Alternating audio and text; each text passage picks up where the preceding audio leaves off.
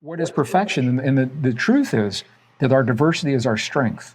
And my personal opinion is there's some things that we don't want to mess with, and that's one of them. So the technology isn't good, bad, right, or wrong. We must determine, we must choose as a civilization the values that we cherish and make those values the foundation for all the policies when it comes to these new technologies. And I gotta tell you, artificial intelligence and the ability to interconnect and all the surveillance and all of the things that are communications. The technology is there, it's going to happen. And we now have to, as a society, we must choose what do we value? What's important to us?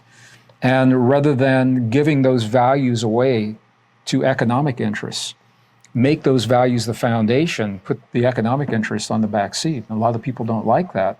But what they don't know is we're wealthier as a society when we honor our values, because it becomes possible. And this is what the information the seminar are working with, to free humankind from the shackles of the fear that have kept us so separate and promoted war. Since the beginning of human writing, we've had war and conflict. I believe that we're about to outgrow the use of war to solve our problems. War is about to become obsolete in our lifetime, and that's what makes this so exciting. We promote these new discoveries that reveal the deep truth of who we are and our potential and our capabilities. It does change everything, Steve. It rewrites the way that we've been taught to deal with our problems, and it opens the door for a generation, of a deep generation of caring and cooperation, where we raise the standard of living for everyone, and we do it in a green, sustainable economic way, rather than having a few that enjoy that at the expense of the many. That's where we are right now. This is what makes this time such a rare and precious moment in the history of our civilization. No That's kidding. a long answer to a short question. No, that was fantastic. A lot to unpack there. So this research then that you and Nassem are doing, there's so many important implications to this research. But why are scientists and the media not shouting from rooftops about I can answer it this research? I can answer that in 4 words, and then if you want me to flesh it, I will. I will say money, habit, ego. Money, habit, ego are primarily those 3. And the last one is about power. Money, habit, ego, and power. What we know, many of the discoveries we're talking about, the deep scientific community is aware of some of these, some they're not. But they are beholden to academic institutions or corporations who rely upon funding only if they will support a certain narrative or certain story. So I'll say it this way, there's a battle playing out right now in front of us, a battle for our story. Who we are, what are our origins, what is our potential, and what are our capabilities. The old idea is that we are the product of a dead, inert universe that is the product of what has been called lucky physics. And the cosmology that we've been taught reflects that. And that you and I are the product of random mutations in what has been called lucky biology, and our biology reflects that. And that's an old way, Darwinian biology, that's an old way of thinking. The problem is the evidence no longer supports that story. And when the evidence no longer supports a story, it's time for a new story.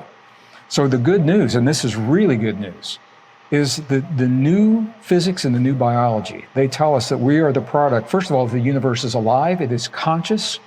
It actually acts, the cosmos acts like a living being. When something happens on one side of the universe, the other side compensates and responds as a living force. And there are scientists that now suspect that consciousness permeates throughout the physical universe and the non-physical universe.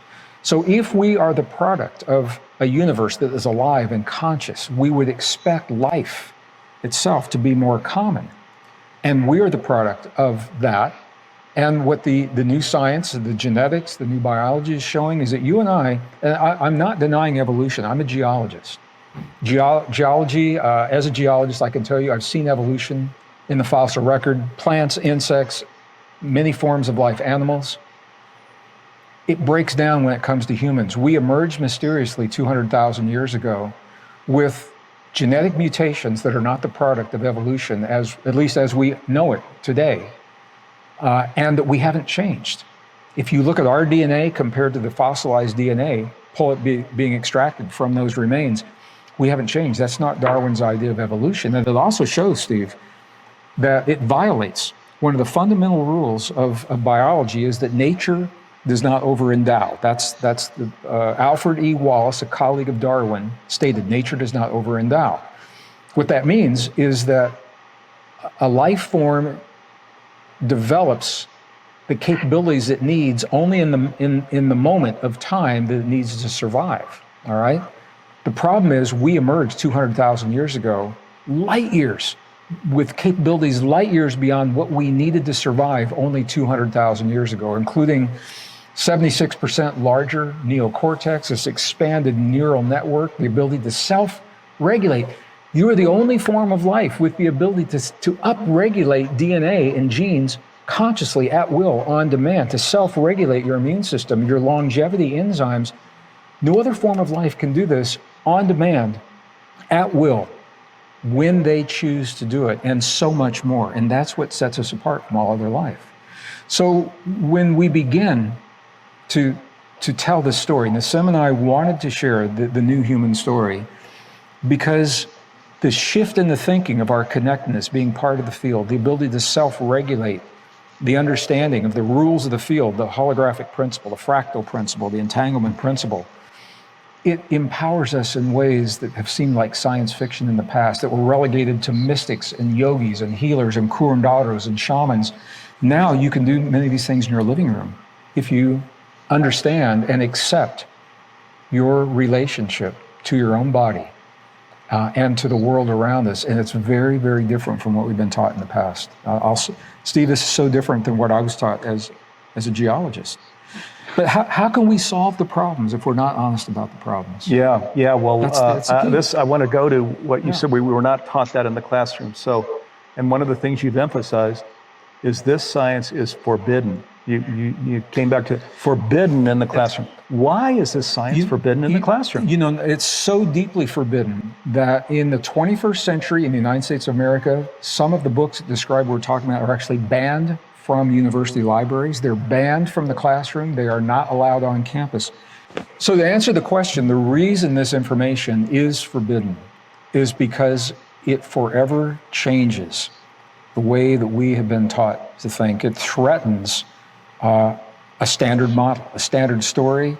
Entire corporations, entire industries are based upon the old story. So there are religious reasons not to accept the new discoveries. Certainly there are corporations that don't want. The pharmaceutical industry would certainly prefer that we have exterior chemical solutions than the chemistry that we create within our bodies through thought, feeling, emotion, and belief. Certainly economics